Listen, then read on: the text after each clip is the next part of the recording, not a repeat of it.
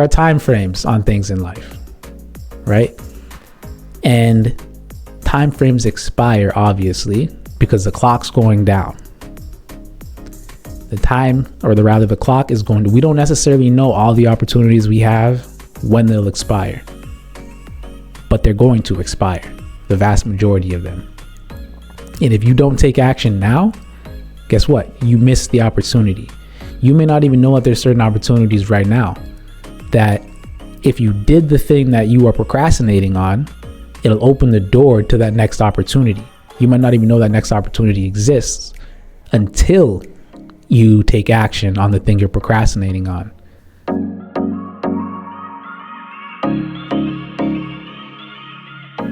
What's going on, everyone? Welcome to another episode of the Success Spectrum Podcast. I'm your host, Kadeem McLean, and today we're talking about that big P word, procrastination.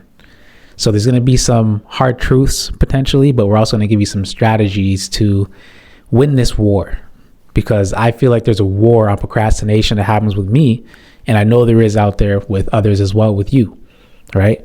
And this war is something that I think will continue to go on for the rest of our lives, if you will. So we're going to talk about some hard truths about procrastination. I know it's a topic not everybody wants to hear about, because again, there's some hard truths we have to face. But again, we'll talk about those strategies that can help us to overcome it. So procrastination, this is a tough one, because we all know, I would argue, what we need to do to get to whatever goal we set, to achieve whatever goal we set. We know the daily activities we need to do to get there. And at the end of the day, we know ideally, right? We have an idea, let's say, of what we have to do. For example, you always hear this. If you want to lose weight, you know what you need to do, right? Stop eating the junk, or at least minimize, I would say stop, but minimize the junk. Instead of drinking juice and pop and these sugary drinks or energy drinks, drink water, right? And again, it's not just a matter of losing weight, but if you want to become more healthy, because someone, let's say, as skinny as me may not be healthy. So if you want to increase your health, again, stop with all the sugary stuff, stop with all the junk food, stop with all the sugary drinks, drink water, and eat healthier. Again, there's also some activity that comes along with that. Walk every day, 10, 15, 20 minutes, start somewhere. Go to the gym, get some exercise and get your heart rate going. We know what we need to do.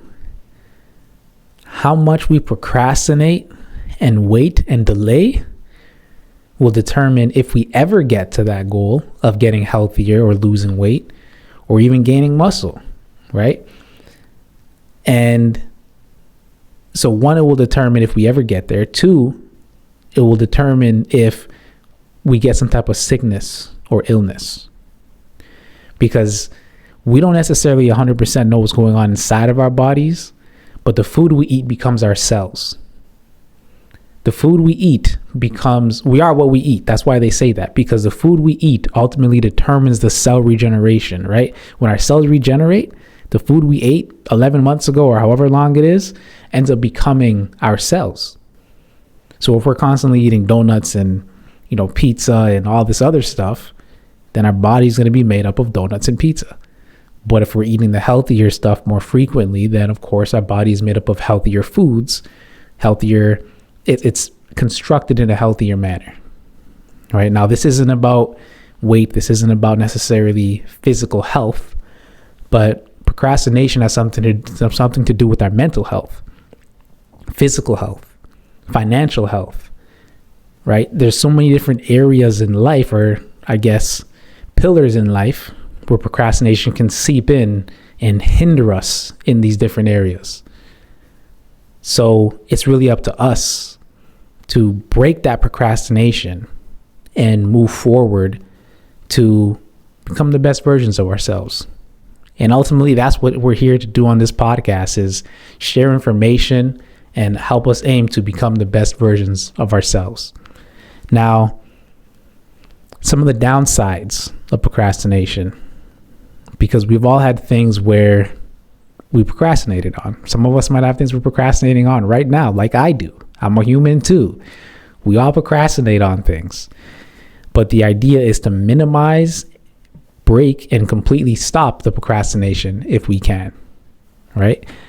Which we can do. It's just a matter of if we decide to do it and if we put forward the effort, because others have done it. So why can't we? So some of the downsides. The first one that comes to my mind is stress and anxiety. Stress.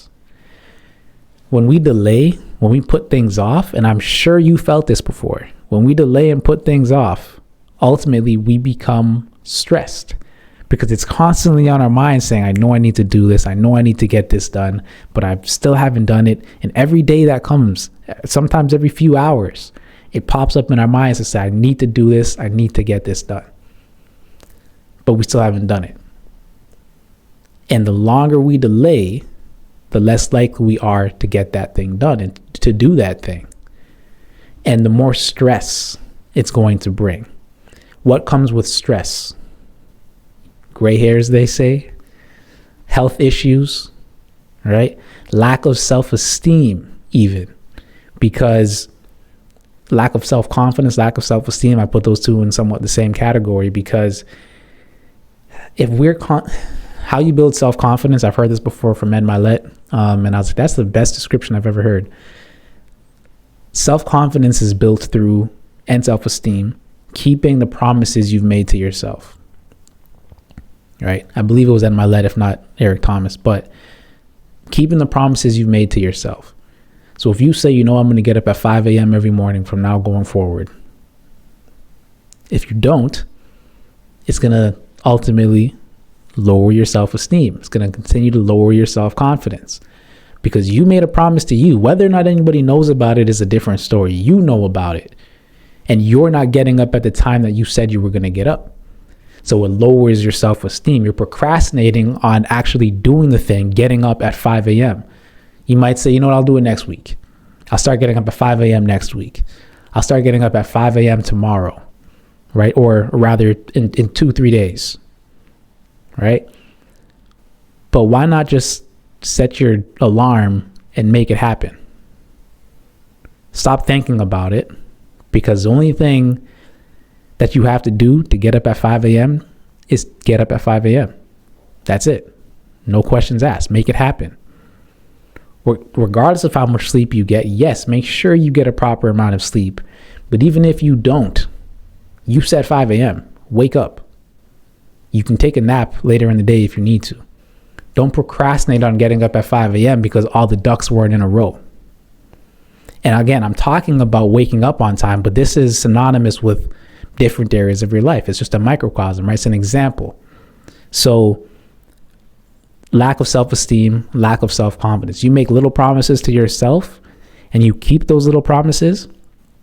Eventually, that's going to help you to build self-esteem, build self-confidence, and eventually you'll be able to keep bigger promises to yourself, right? Another one is missed opportunities. Missed opportunities is another downside of procrastination because there's time frames on things in life. Let me not go there yet, but there are time frames on things in life, right? And time frames expire, obviously, because the clock's going down. The clock is going to, we don't necessarily know all the opportunities we have when they'll expire, but they're going to expire, the vast majority of them. And if you don't take action now, guess what? You miss the opportunity. You may not even know that there's certain opportunities right now that if you did the thing that you are procrastinating on, it'll open the door to that next opportunity. You might not even know that next opportunity exists until you take action on the thing you're procrastinating on. So why procrastinate? I'm human. I do it too. But the more I think we ask ourselves, why procrastinate, we can then break out of it. Because oftentimes you'll hear people say your life is made up of the questions you ask yourself, right? Rather, the questions you ask yourself determine the life you'll have.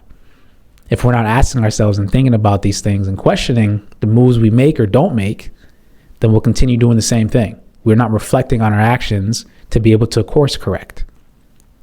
lack of self-esteem, missed opportunities, health issues, lower productivity, poor quality in the work that you do, because you're doing last minute work. You're procrastinating until the last minute. All of us, I'm sure, listening to this for the most part, have had assignments or projects in school, or even a test coming up that we needed to study for, and you waited till the last day, the last night before it's due, or even the night of if it's due at 12 a.m. And then you just decide to do all the work, or at least the majority of the work. And maybe you got an A, maybe you got a B. But how much better could that work have been if you were working on it little by little and you were done a week prior and you gave yourself a week to review and revise? You would have produced some of the best work in your life, probably, right? Some of the best work in your life, maybe, who knows? But yes, we're talking about schoolwork. That's neither here nor there, but how does that apply to your business? How does that apply to the work you do for your job? How does it apply to the work that you do in any area of life? If we procrastinate, we wait till last minute, the work we produce will be of less quality than if we did it little by little leading up to that due date.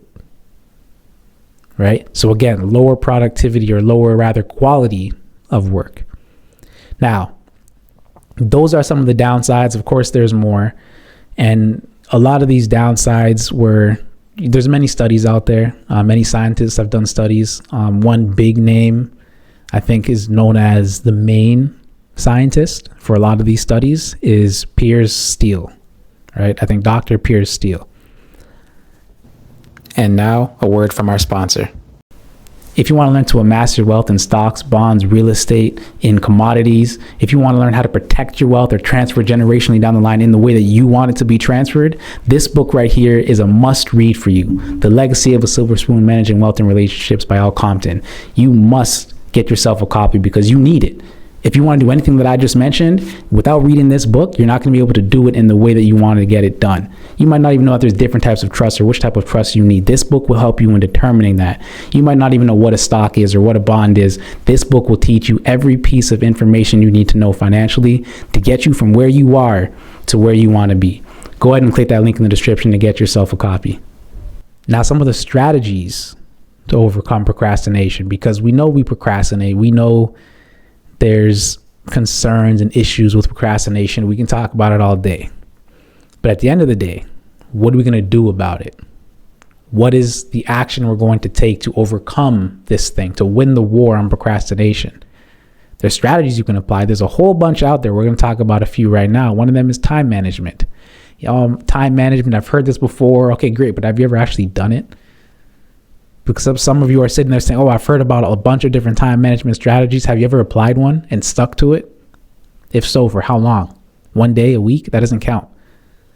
Pick something and stick to it, because a lot of these strategies, financial strategies, all the budgeting strategies out there, time management strategies, production strategies, they work for somebody. If you just take it and apply it and stay consistent, it'll probably work for you. But the problem is, one, applying it, most people won't, and two, sticking to it and staying consistent. And that one, even less people will do. Some will apply it, even less will stick to it. Some of the time management strategies, the 2-minute rule, right? So if you can think of whatever activities you have to do in the day or the week, if it takes you less than 2 minutes to do it, what are you waiting for? Do it now. You've been waiting to make a phone call, a sales call to a client. What are you waiting for? It takes 2 minutes. Call them to book that meeting. You've been waiting to call a family member and check in to say how you doing, or a friend who you haven't spoken to in a while. It takes 2 minutes, sometimes less. You may not even get the person on the other line, right? It might just go to their voicemail. Call them. You never know. But again, the longer we procrastinate, the more stress and anxiety we build up inside to say, oh, I know I need to call this person. I've been meaning to call this person. And that's oftentimes why when you call somebody, they'll often say, oh, I've been meaning to call you, or I was just literally thinking about calling you. Well, that's the difference between those who are very successful, or one of the differences, I should say, And those of us who, let's say, are not so successful or not as successful as we'd like to be, or in certain areas, is those who are successful, most of them, they don't necessarily let the thought get in. The thoughts of procrastinating, right? If you want to get up and go to the gym at a certain time, if you want to wake up at a certain time, guess what you can't do? Lie in bed and think about it. When the alarm goes off at 5 a.m., 4 a.m., lying in the bed and thinking about it, you're going to close your eyes and go right back to sleep. You're cozy. You have the right temperature. You're in your bed, right? You're comfortable. And it's difficult to break out of a comfortable spot. They say inertia is the hardest thing to break. If you're already on the move, you're okay. Momentum. But when you're sitting still, it takes the most force to get going. Like a vehicle. A standard vehicle, gear 1 has the most power. Why? Because you're at a standstill and you need to get the vehicle rolling. The higher up you go in gears, the less power that they have. You got to break that inertia and get going in the morning. That's why you've already I think it's called the 5-second rule, right? If you count to 5, by the time you reach 5, you better be up out of that bed. For me, my strategy is just don't let the thought get in. Get up and move before the thoughts come in. You said 5 a.m., Kadeem. What are you doing still sleeping? You said 5 a.m. The alarm's going off. Don't even see. I said, what are you doing still thinking? I didn't even let it get that far. 5 a.m. alarm goes off. I roll out of bed. That's it. No questions asked.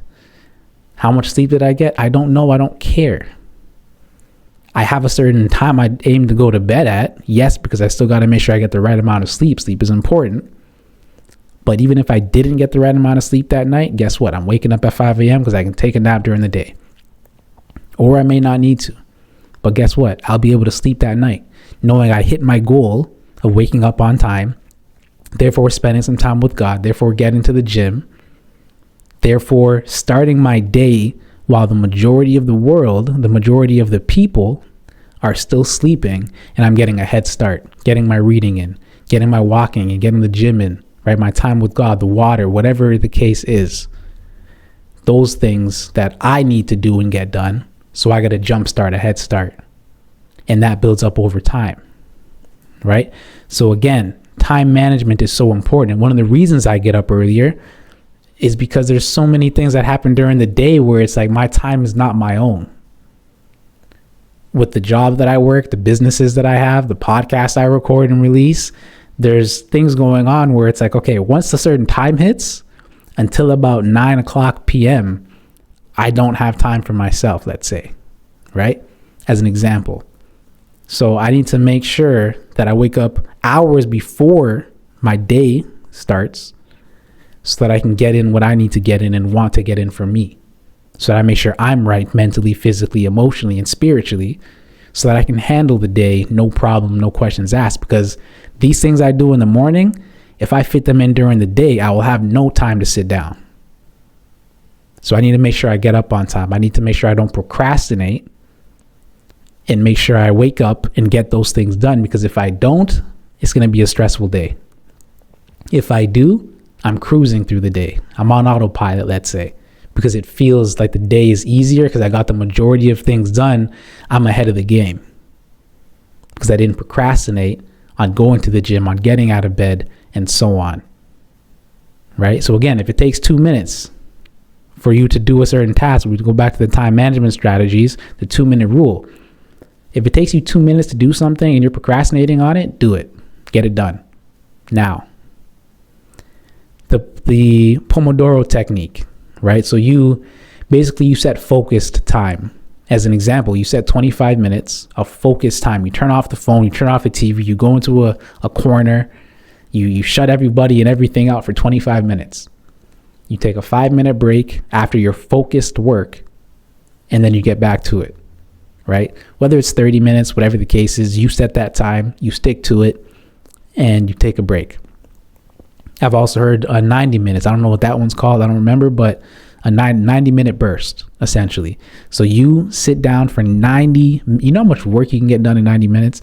A focused effort. In 90 minutes, you're doing focused effort on whatever it is you want to accomplish, working towards a specific goal. You take a break, you come back to it, right? Whether you do it once a day, twice a day, whatever it is, you decide. But again, take one of these strategies, look up a different one, and apply it and stick to it. Now, break it down to the ridiculous. That's another strategy, because we look at some of these grandiose visions or numbers, let's say. For example, in the financial business, there are certain numbers and targets that you need to hit to, reach certain milestones, let's say. And when you look at it, you can break it down because it looks like a huge number, 1,000,000 points or whatever the case is, right? It looks ridiculous. But when you break it down, you'll realize, wait, that's all I have to do, right? That's it. For example, talking to some teammates, this is just a pure example. They might say, I want to make an extra $50,000 a year. Okay, great. Cool. No problem. What do we need to do to get that? Well, when you break it down, you need to make sure you have X amount of calls, which in at least every other week, you need to make sure you close some business, help somebody. That'll get you to 50,000, right? As an example. So when you break it down, it's like, wait a second, only one a week or one every 2 weeks? I can do that. But when you look at the number, it's like, well, to make 50,000, I got to put in 80 hours every 2 weeks at my job. So then you think about it from that perspective, it seems like a lot, because now you're going to be working 160 hours every 2 weeks to make that extra 50 in the business, because you still have your full-time job. But in reality, it's only once every 2 weeks you close some business. That's it. Help somebody. So when you break it down to the ridiculous, the number is more digestible, right? Whatever it is you got to do is more digestible. You think about walking a kilometer. You think about walking 9 or 5 kilometers, or even running 2 or 3 kilometers. Start with a few hundred meters, right? Start with 1 kilometer. Start with, instead of running for 2 hours or an hour, run for 10 minutes. Start somewhere. Break it down, right? Because then it's not so difficult. Even with reading, when I first got back onto reading years ago, I would fall asleep. I would be reading and my eyes would be closing, and I'm like, this is such a struggle. Meanwhile, I'm only like 2, maybe 3 pages in, maybe 7. But what I started to do was, instead of trying to read for 45 minutes, I said, okay, let me just read for 10 minutes. I think I even said 5 minutes. Let me just sit down for 5 minutes and read. And for doing that, like when I started doing that, 5 minutes, because at first I was trying to read for 45. Do you think I only read for 5 minutes? That was my minimum. But do you think I only read for 5 minutes? No, I read quite a bit longer than 5 minutes. Some days I might do 10, but some days I'll do 30 minutes. And it helped me to, build that muscle, if you will, and to, again, not procrastinate on reading because I'll just do 1 page a day. No, but I'll start with 5 minutes and I'll build on that to help me get to what I want to get to, which is, hours or whatever the case is a day, right? Reading 3 chapters in a day, no problem now. So again, break it down to the ridiculous. That first example was a good example. Even technically that book example, reading 5 minutes a day versus the 45, it's a great example, because you haven't been reading because you think you don't know how to read, or you get tired, or whatever the case is. But when you break it down, do less. Start with less, rather, and build up to the bigger goal. Do it before the thought sets in. We talked about this already, because we like to sit there and think, oh, well, what if? And as soon as you say what if, you're already fighting the war against yourself. Or as soon as you say, what am I going to do when I get up? Like, what am I really going to do at this early in the morning? You're starting to fight against yourself instead of just getting up, getting to it. As soon as you get up and brush your teeth anyway, you'll probably have a lot more energy. As soon as you get up and brush your teeth, your energy will kick in because you're moving now. Your blood is flowing, right? I don't know what it is exactly, something in the toothpaste, but you get more energy. So if you just roll out of bed and get to the spot, Get to the sink where you can brush your teeth. Get to the gym. Don't think about it. Don't think about the cold outside, the weather, or how comfortable you are under your blanket. Because if you do, you are going to likely lose the battle. But if you just roll over, get up out of bed, you're already getting yourself off on the right foot, if you will. Because in my opinion, and again, I don't let the thought set in as much as I can, but rolling out of the bed, and once I'm standing up, it's like, well, I might as well go brush my teeth. What am I going to do going back in the bed? I feel like it'll be more effort to go back into bed. Let me just go brush my teeth. Let me say my prayers. Let me do what I got to do, drink my water, get to the gym, and so on. Like, it's just, eventually it'll become automatic. And again, that helps to boost your self-esteem and your confidence, your self-confidence, because you're keeping the promises you made to yourself. Again, there's so many different strategies out there. Find what works for you and stick to it. And if you don't know what works for you, find one of them, try it, actually apply it, and stick to it. And then see if it really works for you. Don't stick to it for a week or a few days, because that doesn't really tell you anything. Try maybe a month or two and see if it makes a difference. Right? Now, again, priority list. That's a big one as well. You've heard this, but again, have you applied it? And have you consistently applied it? We have all these different lists we can come up with. Sometimes what I was doing at one point was, in the morning, I would sit down and I'd write out what I want to accomplish for that day, or the tasks that I know I need to do that day. And then I would get them done. Sometimes I'd prioritize them. Sometimes I wouldn't, just to see what worked better for me. But you'll hear oftentimes what people will say, and I'll give you a couple more just came to me, but priority lists, write down what you got to get done and number them off 1 through whatever, so that you know what the priority is, and do number 1 first. Do number 1 first. Because if you don't do number 1 first, you'll probably give yourself an excuse to say, oh, well, I did 10 through 9, or rather 10 through 2. I don't have to do number 1. I don't have the energy for it. You give yourself an excuse, an out, right? You'll cop out. Don't cop out. Don't give yourself that outing, right? Or that out. Because as soon as we give ourselves an out, again, you're likely gonna lose the battle. You start fighting against yourself.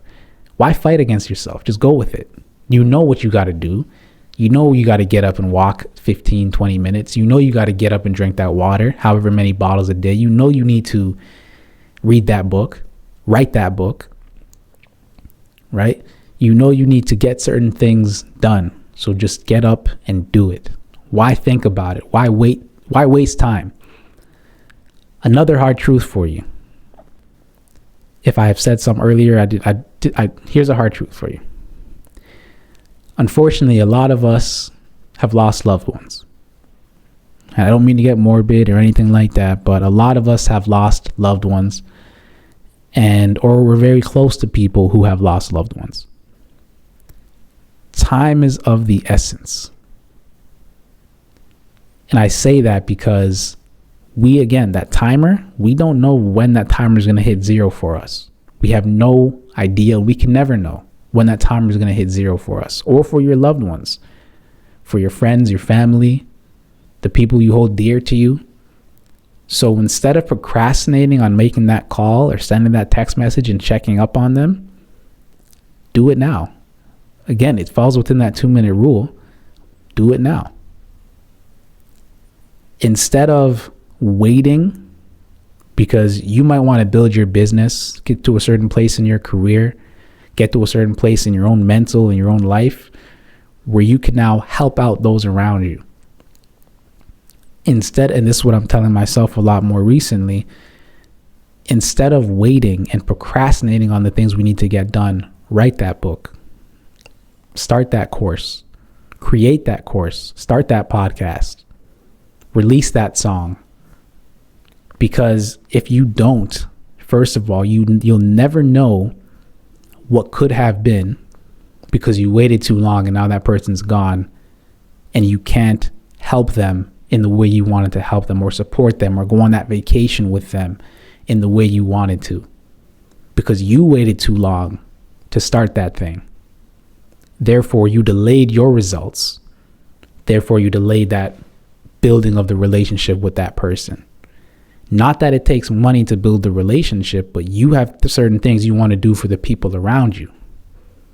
So all I'm saying to you is don't procrastinate on it and take the steps necessary to get you to that point where you feel comfortable and confident to be able to enjoy that experience with your loved ones, whatever that experience might be. The more we delay, the more we cause, I guess, a hindrance to ourselves, and the more we lower our own self-confidence and self-esteem, because time is just passing by and we're not taking the steps necessary to do that thing for our loved ones, right? You might want to be like me. You might want to buy your mother a home. You might want to take your family on a vacation for 3 months, 2 months, a month, and pay for all expenses. You might want to buy a car for somebody. You might want to give somebody $100 gift card for somewhere. Whatever it is, but you feel like you're not in a place to do that yet, stop procrastinating, because you know what you need to do to get yourself to that place, and then get it done. Lastly, I'll end with a quote by Maya Watson. Pain is a gift, right? Procrastination can be a pain on two fronts.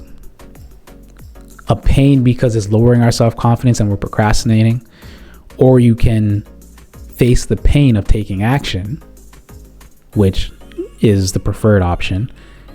Take action, face that pain, and get the results on the other side, right? Pain is a gift, even when pain is the teacher.